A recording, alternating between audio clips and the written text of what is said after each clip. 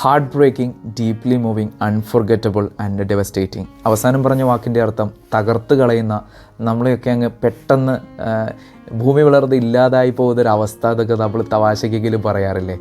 അത്തരമൊരു ഫീലിംഗ് ഒരു പുസ്തകം വായിച്ചിട്ട് നമുക്ക് വരിക എന്ന് പറഞ്ഞാൽ, അങ്ങനെ ഒരു പുസ്തകം ഉണ്ടെങ്കിൽ അത് ദ കൈറ്റ് റണ്ണർ ആയിരിക്കും. 2024 അവസാനം എനിക്കൊരാഗ്രഹം തോന്നി, I want to read the best book of 2024 which ever I have read. അങ്ങനെ നോക്കുമ്പോൾ എൻ്റെ ഷെൽഫിലിരുന്ന ഒരു പുസ്തകമായിരുന്നു the Kite Runner, written by Khaled Hosseini. പലരും വായിച്ചിട്ടുണ്ടാവാം, നേരത്തെ ഒക്കെ കേട്ടിട്ടും ഉണ്ടാവാം. ഇതിൻ്റെ ഒരു ഹ്യൂജ് വോളിയം തന്നെ നോക്കുക. Over 21 million copies sold world outside by the author of 1000 splendid suns. ഇത്ര മനോഹരമായൊരു പുസ്തകം എന്തേ ഇത്ര വൈകിയത് എന്നൊരൊറ്റ കുറ്റബോധം മാത്രമേ എൻ്റെ ജീവിതത്തിൽ എനിക്കിപ്പോൾ തോന്നുന്നുള്ളൂ. കാരണം അത്ര ബ്യൂട്ടിഫുള്ളായിട്ടൊരു സ്റ്റോറി എങ്ങനെ ഡീപ്പ് കണ്ടൻറ്റിനെ നരേറ്റ് ചെയ്ത് പോകാൻ ഒരു ഓതർക്ക് സാധിക്കുക എന്ന് പറയുമ്പോൾ, അയാൾ തീർച്ചയായും അയാളുടെ പുസ്തകങ്ങളെ കൊണ്ട് ബെസ്റ്റ് സെല്ലറായി മാറുമെന്നും ഇൻ്റർനാഷണലി വെൽ നോൺ റൈറ്ററായിട്ട് തന്നെ മാറുമെന്നുള്ള കാര്യത്തിൽ യാതൊരു സംശയമില്ല എന്നുള്ളതാണ്. പേജ് 2 വരാം. I sat on a park bench near a willow tree. I thought about something Rahim Khan just said before he hung up, almost as an afterthought. ഒരു phone വിളിച്ചുകൊണ്ട് സംസാരിക്കുന്നു. There is a way to be good again. എത്ര ബ്യൂട്ടിഫുള്ളായ, എത്ര മനോഹരമായ, എത്ര റിച്ചായ ഒരു സെൻറ്റൻസ് ആണല്ലേ. I looked up at those twin kites. മുകളിൽ പറന്നുകൊണ്ടിരുന്ന 2 പട്ടങ്ങളിലേക്ക് ഞാൻ നോക്കി. I thought about Hassan. ഞാൻ ഹാസനെക്കുറിച്ച് ചിന്തിച്ചു. തോട്ട് അബൌട്ട് ബാബയെക്കുറിച്ച് ഓർത്തു. അലിയെക്കുറിച്ച് ഓർത്തു. കാബൂളിനെക്കുറിച്ച് ഓർത്തു. I thought of the life I had lived until the winter of 1975 came along and changed everything. 1975 ഞാൻ ജീവിച്ച ആ ജീവിതം എൻ്റെ ഹൃദയത്തിലൂടെ ഓരോ സെക്കൻഡും എന്ന വണ്ണം ഒഴുകി പോകുവാൻ തുടങ്ങി. And made me what I am today. അമേരിക്കയിൽ ഇരുന്ന് ഇന്നിങ്ങനെ ചിന്തിക്കുമ്പോൾ ഖാലിദ് ഹുസൈനിക്ക് ഓർമ്മകളല്ലാതെ മറ്റൊന്നും തന്നെ ബാക്കിയില്ല. അയാൾ വീണ്ടും തിരിച്ച് കാബൂളിലേക്ക് യാത്രയാവുകയാണ്, അയാളുടെ ഏറ്റവും പ്രിയപ്പെട്ട സുഹൃത്തിൻ്റെ മകനെ കണ്ടെത്താനായിട്ട്. ഇനി ബാക്കിയുള്ളത് വായിക്കേണ്ടത് നിങ്ങളാണ്, നമ്മൾ ഓരോരുത്തരുമാണ്. അപ്പോൾ ഇത്ര മനോഹരമായിട്ട്, ഇത്ര ബ്യൂട്ടിഫുള്ളായിട്ടൊരു സ്റ്റോറിയെ നെറേറ്റ് ചെയ്യാൻ പറ്റുമെന്ന് ഈ 300 പേജിലൂടെ നമുക്ക് കണ്ടെത്താൻ പറ്റുകയാണ്. അങ്ങനെ 5 hours ചലഞ്ചിൽ ഞാൻ വായിച്ചു തീർത്തൊരു പുസ്തകമെന്നാണ് ഞാൻ വിശേഷിപ്പിക്കാൻ ഉദ്ദേശിക്കുന്നത്. കാരണം ജസ്റ്റ് 7 o'clock സ്റ്റാർട്ട് ചെയ്തു, 12 o'clock ആയപ്പോഴേക്കും എന്തായാലും 2024 ഡിസംബറിൽ ആ നൈറ്റിൽ ഇത്ര മനോഹരമായൊരു പുസ്തകം ഞാൻ വായിച്ചു എന്നതിൽ എനിക്ക് ചാരിതാർത്ഥ്യമുണ്ട്. പുസ്തകത്തിൻ്റെ ഏറെക്കുറെയുള്ള രത്നച്ചുരുക്കം ഇതാണ്. 1975 അഫ്ഗാനിസ്ഥാനിൽ നടക്കുന്ന ഒരു കഥയാണ് യഥാർത്ഥത്തിൽ പുസ്തകത്തിൻ്റെ ഉള്ളടക്കം. അമീറും ഹാസനും വളരെ അധികം സ്നേഹിക്കുന്ന, പരസ്പരം അറിയുന്ന നല്ല 2 സുഹൃത്തുക്കളാണ്. ഒന്ന്, അമീർ വളരെ റിച്ചായ ഒരു മനുഷ്യൻ്റെ മകനാണ്, ബാബയുടെ മകനാണ്. ഹാസനാവട്ടെ അവിടുത്തെ സെർവൻറ്റിൻ്റെ മകനും.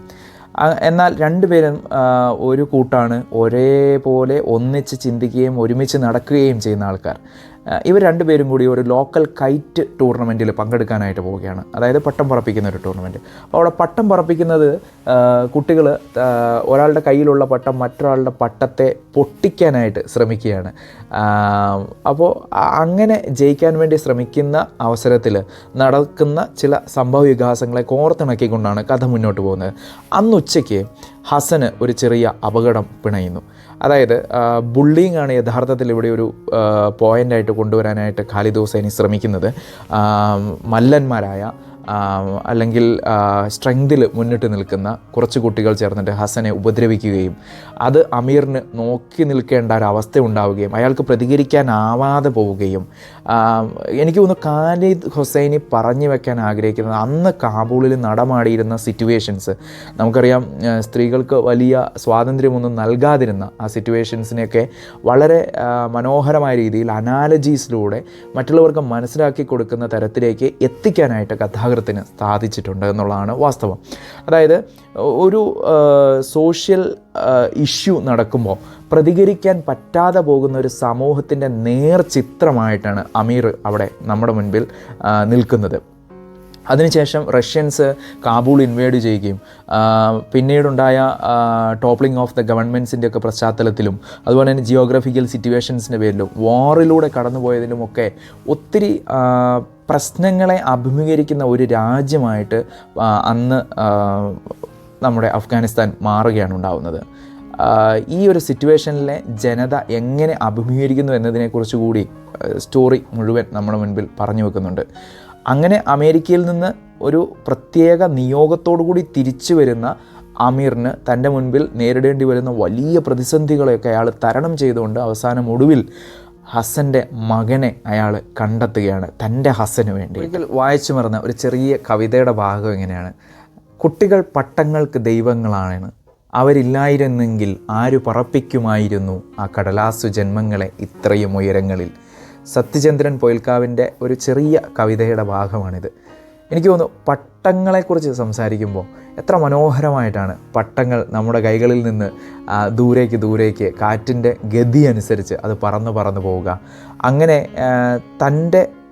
താനൊരു പട്ടമാണ്, അതിൻ്റെ നൂല് മറ്റാരുടെയോ കയ്യിലായിരുന്നു എന്നാണ് അമീർ യഥാർത്ഥത്തിൽ ഈ കഥാകൃത്തിൻ്റെ രചനയിലൂടെ നമ്മളോട് പറഞ്ഞു വയ്ക്കുന്നത്. ഒരു രാജ്യമൊട്ടാകെ ഒരു പട്ടം കണക്കെ പറന്നു പോവുക, അതിനെ നിയന്ത്രിക്കാൻ ആരുമില്ലാതാവുക, അതിൻ്റെ ചരട് ആരുടെയും കയ്യിലല്ലാതിരിക്കുക, മറ്റുള്ളവരതിനെ ആ നൂലുകൊണ്ട് അല്ലെങ്കിൽ അതിൽ ഗ്ലാസ് പൊടി ചേർത്തിട്ട് ആ നൂലുകൊണ്ട് പൊട്ടിക്കുക.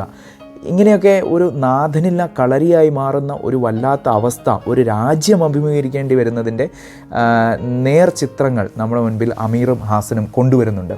എനിക്ക് തോന്നുന്നു ഇനി ഇതിനകത്ത് 3-4 പോയിൻറ്റ്സ് നമ്മൾ എടുക്കുകയാണെങ്കിൽ ഒരു ടേക്ക് അവേ എന്ന കണക്കെ ഇതൊരു തിൻ ലെയർ ഓഫ് ഫ്രണ്ട്ഷിപ്പ് ഉണ്ട്. തിന്നാണോ തിക്കാണോ? ഐ തിങ്ക് തിന്നാണെങ്കിലും അത് വളരെ തിക്കായ വളരെ ഇത്ര ഗഹനമായ തരത്തിൽ ഫ്രണ്ട്ഷിപ്പിനെ കുറിച്ച് സംസാരിക്കുന്ന മറ്റൊരു പുസ്തകം യഥാർത്ഥത്തിൽ ഈ ദിവസങ്ങളിലൊന്നും അല്ലെങ്കിൽ ഈ റീഡിങ്ങിലൊന്നും കടന്നു വന്നിട്ടില്ല എന്നുള്ളതാണ്. ഒരു മാൻ ഓഫ് പ്രിൻസിപ്പിളായിട്ട് ബാബ നമ്മുടെ മുൻപിൽ അവതരിക്കുന്നുണ്ട്. പിന്നെ തെഫ്റ്റിനെ കുറിച്ച് പറയുന്ന ആ ഒരു ഭാഗം ജസ്റ്റ് ഒന്ന് വായിച്ച് കേൾക്കുന്നത് അടിപൊളിയായിരിക്കും എന്ന് എനിക്ക് തോന്നുന്നത്. അതായത് when you kill a man you steal a life, you steal his wife's right to a husband, rob his children of a father. When you tell a lie, you steal someone's right to truth. When you cheat, you steal the right to fairness.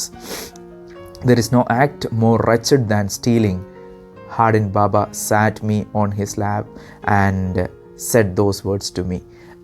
ഈ അമീറിനെ എപ്പോഴും കുട്ടിക്കാലത്ത് ബാബ ഒരുപാട് സ്നേഹിച്ചിരുന്നു. തൻ്റെ മടിയിലിരുത്തി കഥകൾ പറഞ്ഞു കൊടുക്കുക, അഫ്ഗാനിസ്ഥാൻ്റെ ചരിത്രം വിവരിച്ചു കൊടുക്കുക, അതുപോലെ തന്നെ അവിടെ ഉണ്ടാകുന്ന സാഹചര്യങ്ങളെക്കുറിച്ച് ഇവന് വ്യക്തമാക്കി കൊടുക്കുക, എന്തുകൊണ്ടാണ് ഇത് സംഭവിക്കുന്നതെന്ന് പറഞ്ഞു കൊടുക്കുക, അവൻ്റെ കുറുമ്പുകളെ അംഗീകരിക്കുക, അവനോടൊപ്പം യാത്ര ചെയ്യുക. അങ്ങനെ ഒരു ബാബ യഥാർത്ഥത്തിൽ ഈ പുസ്തകത്തിൽ നമ്മോടൊപ്പം സഞ്ചരിക്കുന്നുണ്ട് എന്നുള്ളതാണ്.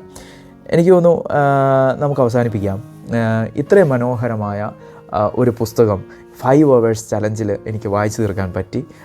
അതിൻ്റെ ചാരിതാർത്ഥ്യത്തോടു കൂടിയാണ് ഞാൻ സംസാരിക്കുന്നത്. നിങ്ങൾക്കും ഈ പുസ്തകം വലിയൊരു അനുഭവമായി തീരട്ടെ എന്ന് ആശംസിക്കുകയാണ്. കൈറ്റിൻ്റെ ഫെസ്റ്റിവൽ നടക്കുന്ന ഈ സമയത്ത് ഈ പുസ്തകം, ഈ മനോഹരമായ പുസ്തകം വായിക്കാൻ സാധിക്കുന്നെങ്കിൽ അതൊരു മുതൽക്കൂട്ടായിട്ട് തന്നെ മാറുമെന്നുള്ളതാണ് നമ്മുടെ റീഡിങ്ങിലേക്ക്. A gripping read and a haunting story of love, loss and betrayal, guaranteed to move even the hardest heart. അതായത് എത്ര കഠിനമായൊരു ഹൃദയത്തെ മൂവ് ചെയ്യിപ്പിക്കാൻ സാധ്യതയുള്ള, അതിന് കെൽപ്പുള്ള, അത്ര റിച്ചായ ഒരു ഫിക്ഷൻ നോവലാണ് ദ കൈറ്റ് റണ്ണർ. ഒട്ടും വെയിറ്റ് ചെയ്യാതെ തന്നെ തീർച്ചയായിട്ടും പോയിട്ട് എന്തായാലും ഈ പുസ്തകം വാങ്ങി വായിക്കണം. അത് 100% നമ്മുടെ പൈസ വസൂലാണ്, ഗ്യാരണ്ടിയാണ്, ഒരു സംശയവുമില്ല. ഒരു ന്യൂ ഇയർ ഗിഫ്റ്റായിട്ട് തന്നെ ഈ പുസ്തകം എടുത്ത് വായിക്കുക എന്നുള്ളതാണ്. അപ്പം ഇതിനകത്ത് ഏറ്റവും മനോഹരമായ ക്യാച്ചിയായ സെൻറ്റൻസോടുകൂടി തന്നെ നമുക്ക് അവസാനിപ്പിക്കാം. There is always a way to be good again or to do good again. അപ്പോൾ എല്ലാവർക്കും നല്ലൊരു വായന ആശംസിക്കുന്നു. വീണ്ടും കാണും വരെ. Till then take care. Bye by.